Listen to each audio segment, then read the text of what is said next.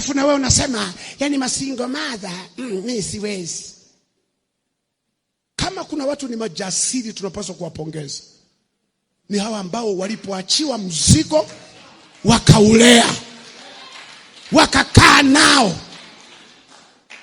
Alafu leo ndio mnawaita wameraniwa, wana mikosi, wanarana.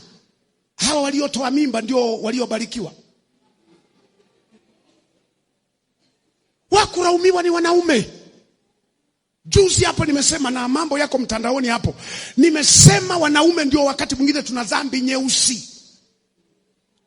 Unamsemesha mtoto wa watu, unamnenea maneno matamu, don't worry. Yani chochote kitakachotokea mimi am responsible. Yani kutokana mama na kuamini jambazi tapeli, anafungua mageti na madirisha, maana ulimwambia nitakuoa.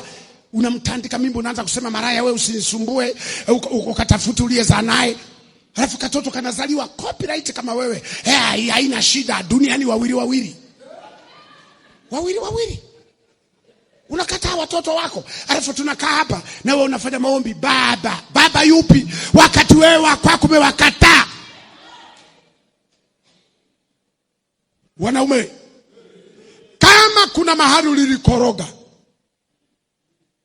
kale mtoto wako, kale watoto wako.